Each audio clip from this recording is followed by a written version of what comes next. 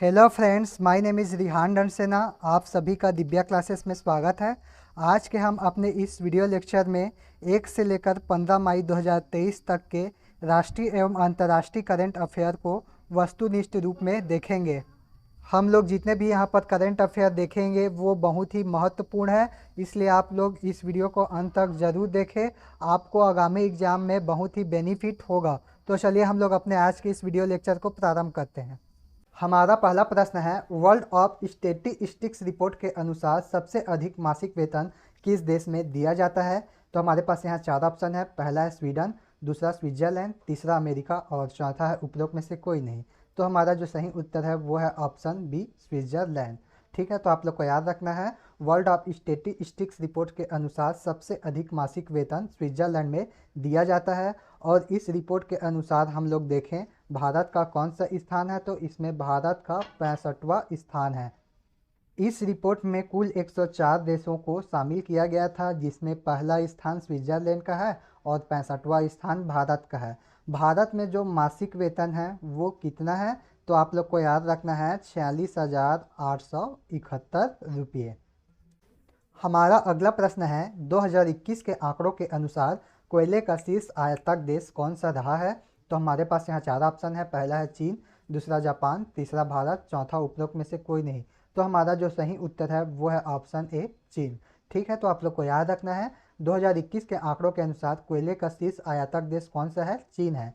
और चीन में लगभग कितना प्रतिशत कोयले का आयात किया जाता है? पूरे विश्व का हम लोग देख रहे हैं तो पूरे विश्व का लगभग 23% कोयले का आयात चीन अकेले करता है। वहीं दूसरे नंबर पर कौन से देश का स्थान है? भारत का। जबकि तीसरे स्थान पर है जापान। ठीक है, इतना चीज़ आप लोग को याद रखना है। हमारा अगला प्रश्न है, हाल ही में त्रिशूलपुरम उत्सव का आयोजन किस राज्य में किया गया? तो हमारे पास यहाँ 4 ऑप्शन है। पहला है केरल, दूसरा तमिलनाडु, तीसरा पंजाब, चौथा मणिपुर। तो हमारा जो सही उत्तर है वो है ऑप्शन ए, केरल। ठीक है, तो आप लोग को याद रखना है त्रिशूलपुरम जो उत्सव है वो केरल में आयोजित किया जाता है। और ये किस तिथि को आयोजित किया जाता है? तो पूरम तिथि को यह पर्व आयोजित किया जाता है। और ये त्रिशूल शहर में आयोजित किया जाता है। कहाँ किया जाता है? ये त्रिशूल शहर में आयोजित किया जाता है। और त्रिशूल शहर के कौन से मंदिर में यह उत्सव आयोजित किया जाता है? तो वहाँ एक मंदिर है वडक्कू नाथन। ठीक है, वडक्कू नाथन मंदिर है, वहाँ यह उत्सव आयोजित किया जाता है।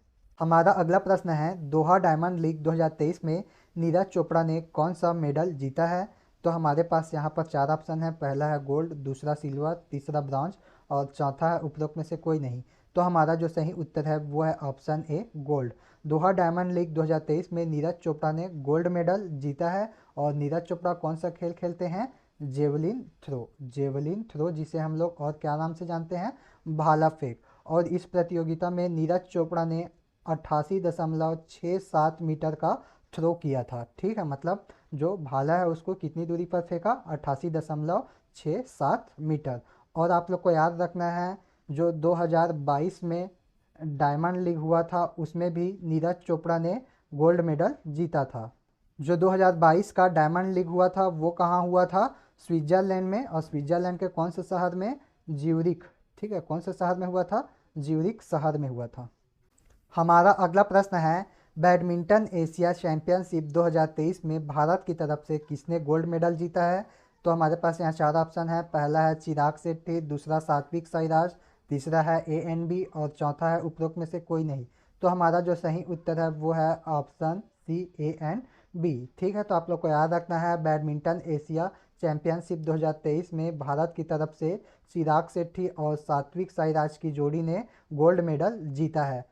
और यदि हम लोग देखें कि उन्होंने फाइनल में किसको हराया है, तो उन्होंने फाइनल में मलेशिया के खिलाड़ी वन यू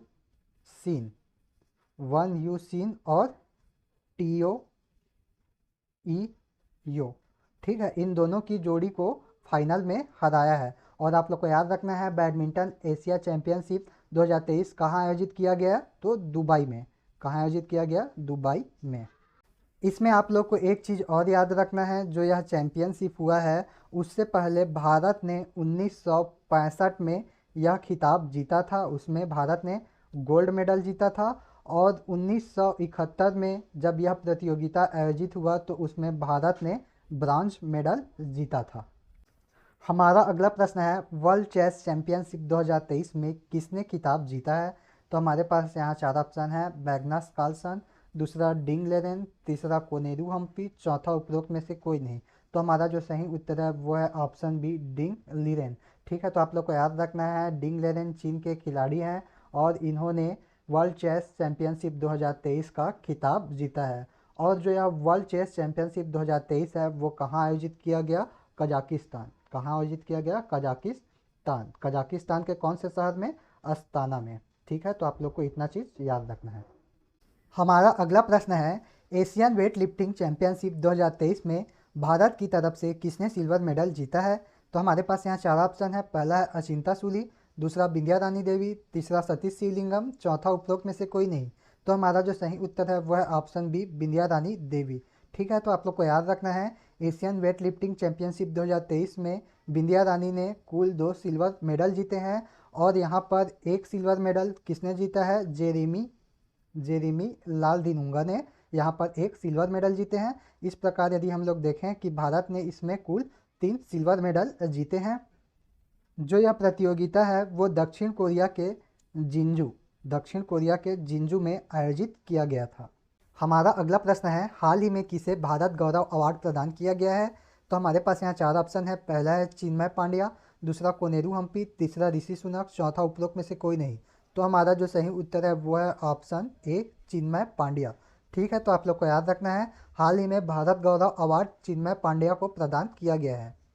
हमारा अगला प्रश्न है हाल ही में किसे मिस ग्लोरी ऑफ एशिया 2023 का खिताब प्रदान किया गया? तो हमारे पास यहाँ चार ऑप्शन है, पहला है अंजलि, दूसरा है विनीता कुमारी, तीसरा है रितिका और चौथा है उपरोक्त में से कोई नहीं।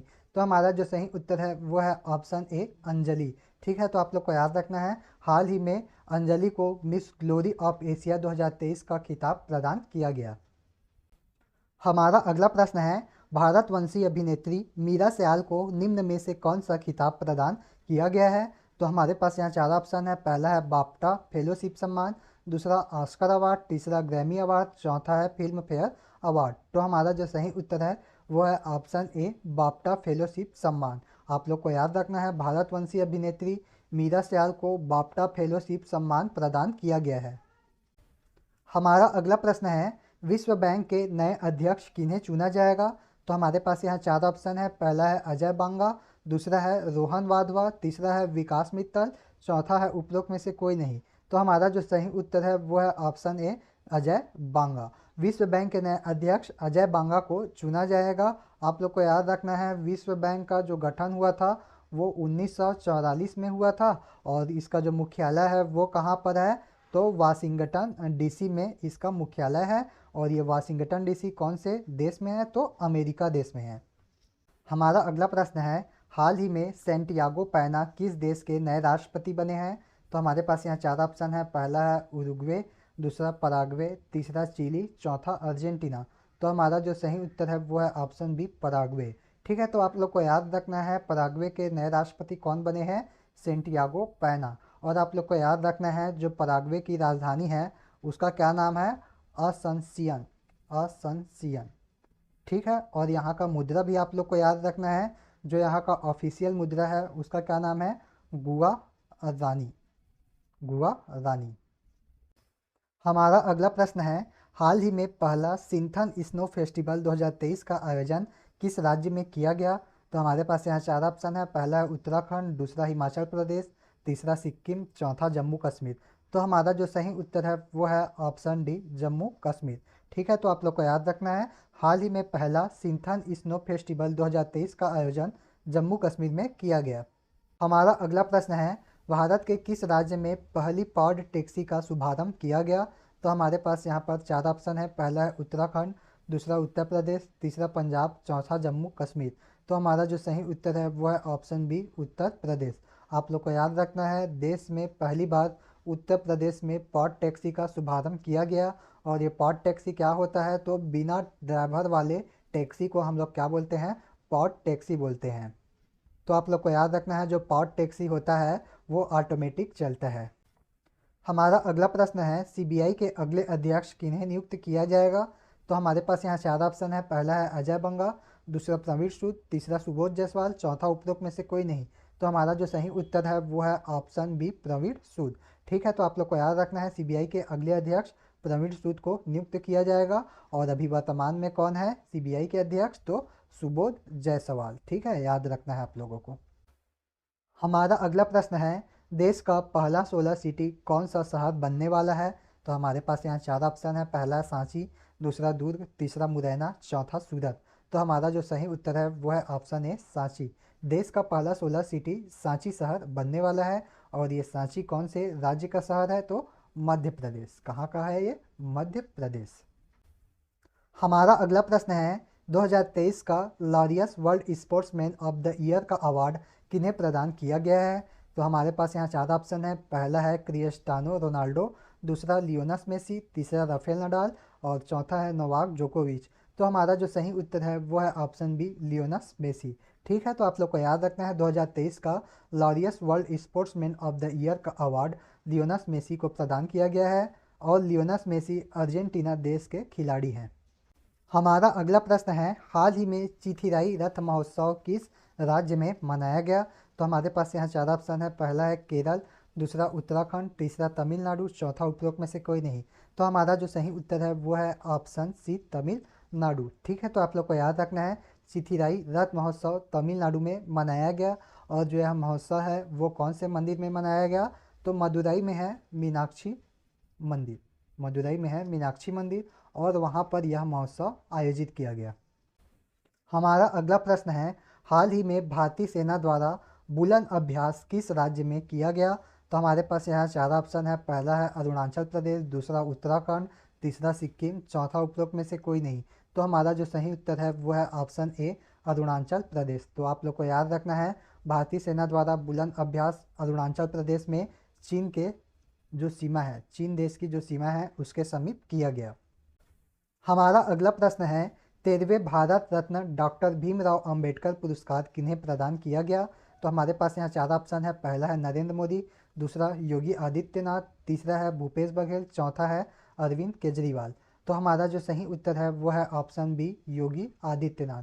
13वें भारत रत्न डॉक्टर भीमराव अंबेडकर पुरस्कार योगी आदित्यनाथ को प्रदान किया गया। और योगी आदित्यनाथ कौन से राज्य के मुख्यमंत्री हैं, तो उत्तर प्रदेश के मुख्यमंत्री हैं। हमारा अगला प्रश्न है हाल ही में आए मोचा तूफान का प्रभाव मुख्य रूप से किस समुद्री तट पर रहा। तो हमारे पास यहाँ चार ऑप्शन है। पहला है बंगाल की खाड़ी, दूसरा हिंद महासागर, तीसरा अरब सागर, चौथा है उपरोक्त में से कोई नहीं। तो हमारा जो सही उत्तर है वो है ऑप्शन ए बंगाल की खाड़ी। ठीक है, तो आप लोग को याद रखना है मोचा तूफान का प्रभाव मुख्य रूप से बंगाल की खाड़ी समुद्री तट पर रहा है। और जो यह तूफान है उसका नामकरण कौन से देश ने किया है, यमन देश ने इसका नामकरण किया है। हमारा अगला प्रश्न है देश में रेशम का सर्वाधिक उत्पादन किस राज्य में होता है। तो हमारे पास यहाँ चार ऑप्शन है। पहला है कर्नाटक, दूसरा केरल, तीसरा तमिलनाडु, चौथा उपरोक्त में से कोई नहीं। तो हमारा जो सही उत्तर है वो है ऑप्शन ए कर्नाटक।